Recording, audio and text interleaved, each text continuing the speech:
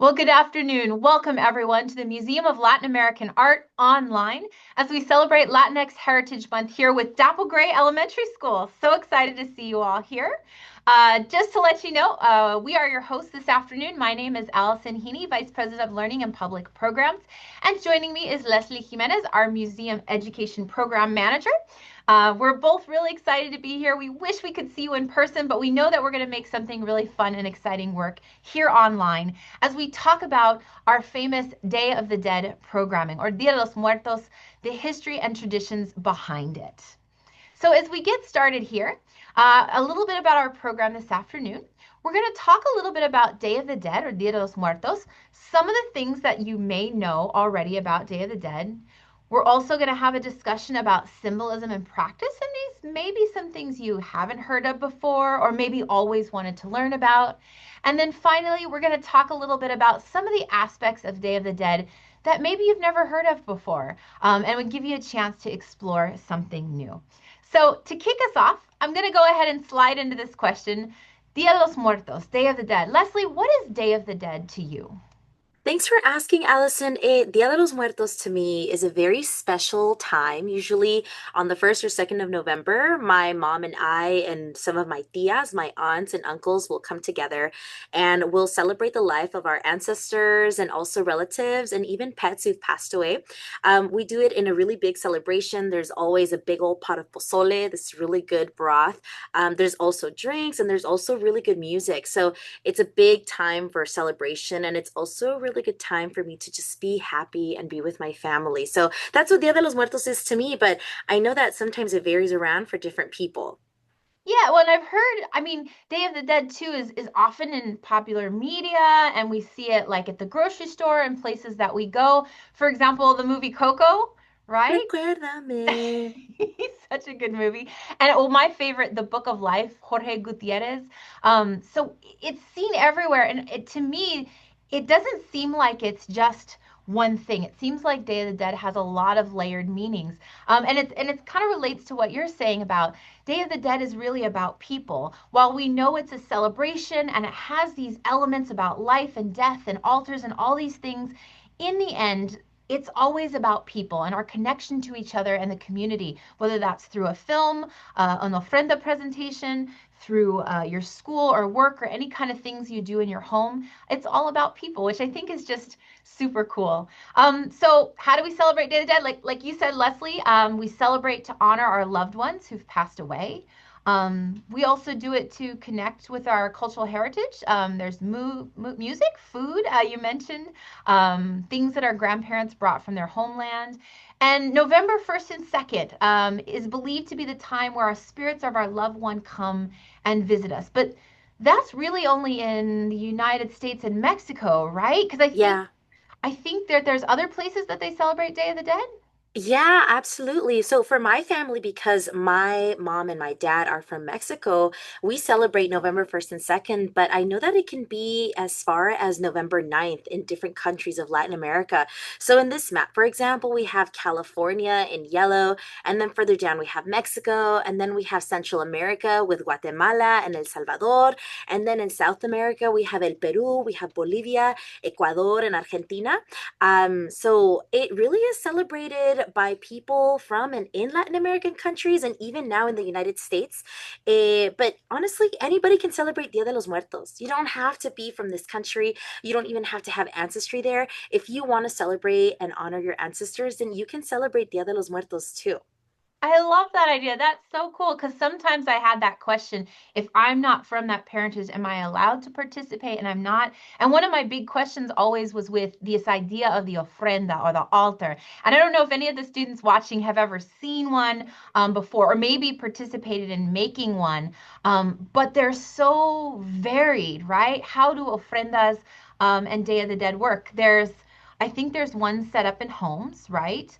Often I'll see like foods and things on the altar. Sometimes there's bright candles but I was always curious what all of those particular elements meant and what they did.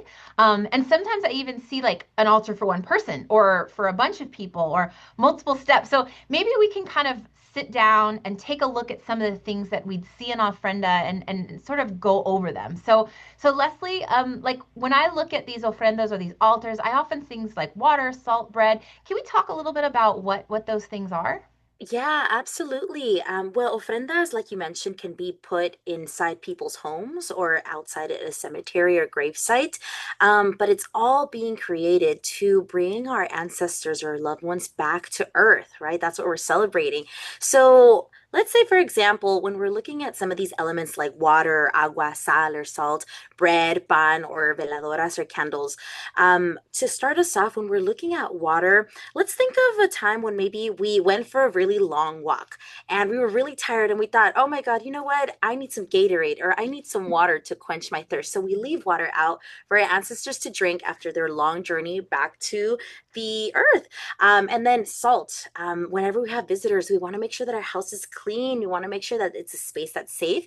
So salt is used to be placed around the ofrenda so that it's clean and it's purified and it's a safe space for ancestors to say, you know what? I can come back and relax with my loved ones here too. And then we leave pan, bread, or pan de muerto. When you go on a really long trip, don't you just love having a sweet little tasty treat in between? So pan de muerto is also baked and put on the ofrenda as a way for our ancestors to have something to eat after the long journey. And of course, candles, right? We're lighting the way for our ancestors to come back and say, well, where's my house? I don't know where it is. I can't see it. Oh, but I see a candle and I see a light, so it must be there. So Wow. these four basic elements help our ancestors connect back to us and a sure way to have them be safe and have them feel comfortable with their journey. But it's not just these things. There's also altars that have a variety of different decorations. Often we'll find flowers or cempasúchiles or marigolds, which are these beautiful orange flowers that smell really, really good. Then there's also photos, of course, if you have photos of this relative, or maybe a drawing that you create of them. But these photos help us remember who they are. They also inform other people of who the ofrenda is for. And then, of course, there's also food and drinks. My family is really big on food. Like I mentioned in the beginning, my mom and I, we make a big, super big pot of pozole. And this was just a favorite thing that her mother enjoyed doing with her. And so we make this big pot of pozole and we leave it out overnight so that my abuela can come back in and eat that pozole with us too. There's also candy, there's also religious symbols, and that can vary depending on how much you're connected. And of course, there's also sugar skulls, which are really sweet. They're not meant to be eaten, but they're also really colorful. Now, I will say with my family, we're not so big on the sugar skulls, but my neighbors are. And a lot of people that have come to the museum have also used a lot of these in their own altars. So, really, an altar has water, salt, bread, and candles, and flowers and food, but this can vary. It's not just one single kind of altar that we can create on Dia de los Muertos. I like that. Well, and it reminds me of last year when here at the museum, we as a community got together and built an altar. And of course, not everybody was from Latin America, but everybody had a chance to honor and recognize a loved one. So I think we have a quick little video of that. So if you don't mind, we'll show you just a couple of moments of the Mola community here coming together to create an altar with their loved ones in all sorts of different ways.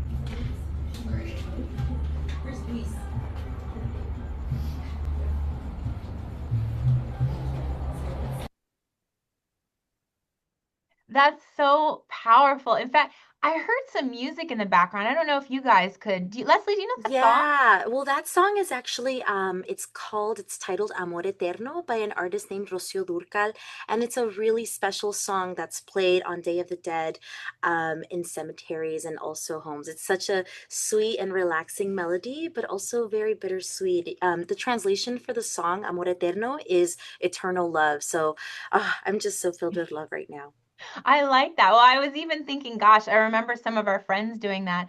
But so as you can see, the ofrenda or the altar doesn't have to be one way, which I think is so cool, as long as it's about connecting to people. So, for example, in this altar here, we have one that's so colorful. It's got that papel picado or cut paper all over the outside, and just the one photo at the top. And that is an altar dedicated just to one individual, one person who is really important to a family or to a community member. But there's other kinds of altars like this one, right, Leslie? Oh, yeah. In this example here, this altar was created by Las Fotos Project, a really good group here in Southern California. And this altar was created for a cause. So it has more than one person, and it's actually dedicated to remembering a group of people or migrant mamas who passed at the border or made their way here into the United States. It's just really special. And it's also even more special when we have another group of people who make this altar on behalf of people that maybe they didn't even know. I think that's really neat. I hadn't thought of that before because, again, in my family, it's usually just for our family. But this idea of creating altars for community members is so fantastic.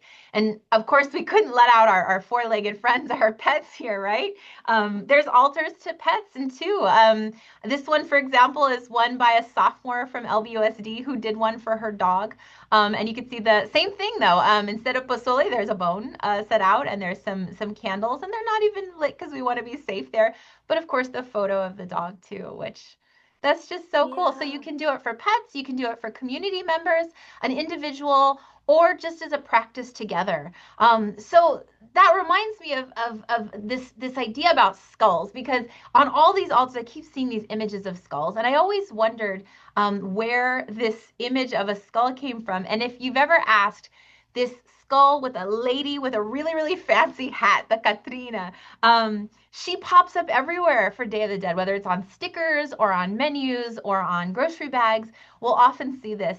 And just to give you a little bit of history, if you recognize her there in the upper right-hand corner, Our Katrina, this was created by the artist Jose Guadalupe Posada in the early 1910, 1912, 1913.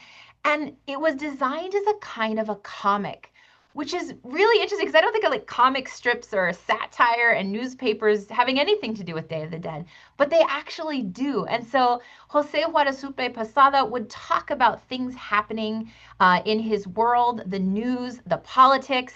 And for example, this was actually a little bit of a tease about Porfirio Diaz and his wife, the leader in Mexico at that time, making a little bit of fun Just of so them. sneaky. I know, it's just so snuck in, but the imagery stuck there, which tells you that Day of the Dead also has a little bit of humor in it, also has this idea of life and death. And the image is so powerful. You'll see it in a lot of places. For example, this really, really famous painting by Diego Rivera. He's one of the people that made Posada's work really, really famous in there. You see right smack in the middle of his painting, A Dream of a Sunday Afternoon in Alameda Park, which has the history of Mexico. We have death or Lady Katrina right in the center of it because it's such an integral part. But it goes back even further than that, right, Leslie? Oh, absolutely. Yeah. Dia de los Muertos, skulls on Dia de los Muertos is not something that just happened in the 1910s or 1920s, like you're describing. This actually goes way, way back. For example, we see here the Zompatli skull rack at the Templo Mayor in modern day Mexico City or Tenochtitlan. So you can see that even 100 or 1,000 years ago, this imagery of the skull was already present in this community. So it's almost like an ancestral practice that we carry with us. I really like it because it reminds us that it's not just Day of the Dead is a Mexican Halloween, even though it has skulls, because we see skulls in Halloween, we see skulls in Day of the Dead. But for Day of the Dead, the skull is this idea of life and death together and has been for so long and part of the culture in there. So I really like that you shared that. But I remember you mentioned that you said Day of the Dead wasn't just in Mexico. It's also in Guatemala, Bolivia, and beyond. And Yeah, so that's Leslie and I, correct. isn't that cool? Leslie and I wanted to share a little bit about some of those. For example, I don't know if there's anyone here that is from Guatemala, any of their parents. The Festival de Bariletas Gigantes in Zacatepeques, Guatemala, is an incredible festival. Here are just a few images from that, and it's done in honor of Day of the Dead. Leslie, I mean, I see some of the same things, right? Like flowers, Yeah, candles. those cempasúchiles are there, those vibrant colors. I'm just amazed at the size of these things. I'm looking at the mountains in the back, and then I'm looking at the size of this big kite or this barilete, and I'm just so amazed on how they made that happen. They're like, and again, kites. Whenever I think of Dia de los Muertos, I don't often think of kites, but these beautiful kites would have honoring the dead. They would have community messages and political messages as well, too. If you guys don't mind, we've got a little video. I'm going to go ahead and cue that up about the Festival de Bariletas in Guatemala. This is so exciting. Yay!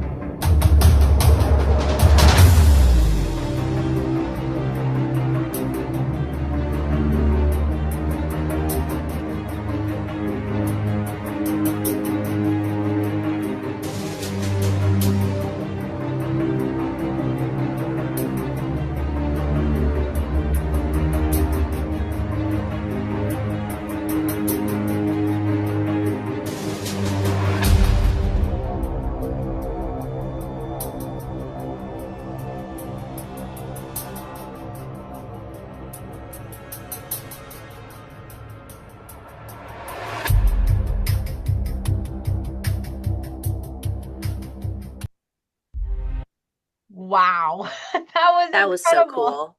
I didn't know that all that happened with Day of the Dead, and they're so big and beautiful. I wonder if our audience here would like to make a barileta. We may be able to pass a lesson along for you on that for creating your own. But we also mentioned other countries too, right? Like Peru, Ecuador, Argentina. Do they have any similarities or with our Day of the Dead too that we celebrate in the U.S. and Mexico? Yeah, that's such a great question. So in Mexico, we have a lot of altares or altars that are being made with ofrendas, and we sell those barriletes in Guatemala. In Peru and Ecuador and Argentina, like you mentioned, we have something called El Día de los Difuntos or All Souls Day. And it's almost the same during this time. However, in these countries, there are these really cute special breads that are made, and these are made in preparation to receive returning ancestors of all ages, right? All ages. And they're also set up with altars that have pictures and candles and some of the other ofrenda items that we talked about. Now, this bread that we see here, doesn't it just look so tasty? Yeah. Allison, do you want to know what it's called? Yeah, is this little one at the top with all the little frosting? Yeah, it's called Yeah. a tantahuahua, and this is prepared in Bolivia. Do you want to say that with me? So, in the native indigenous language of Quechua in Bolivia, tanta means bread and wawas means baby or child. So, can we say it together? Yep. Tantahuahuas? Santo aguas. Tanta guagua. Tantawawas. Yeah, and it's also said similarly in Argentina and Ecuador and Peru. Instead of guaguas, it's guaguas. Do you want to try and say that one too? All right, guaguas.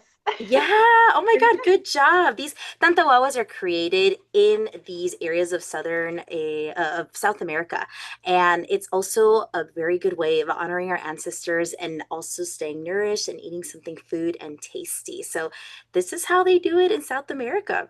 I love this. Well, so we started off this whole presentation with what is Day of the Dead, and it's so much. There's so much there. It's a celebration of life and people. In the US and Mexico, it's a 2-day period with our community and our ancestors, but it could go all the way up to November 9th throughout, and there's all sorts of countries that celebrate.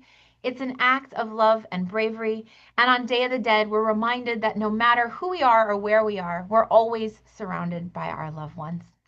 I want to thank you all so much for joining us today for our discussion about Day of the Dead here at MOLA. Leslie, that was such great information. Thank you for sharing with us.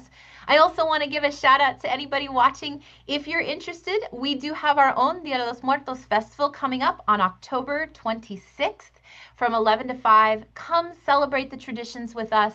You'll get a chance to make your own sugar skull, see some live performances, and take a look at Mola's own ofrenda. With that, we're going to sign off. Thank you again so much for all of your attention and love. We hope to see you again soon. Bye. Gracias. Adiós.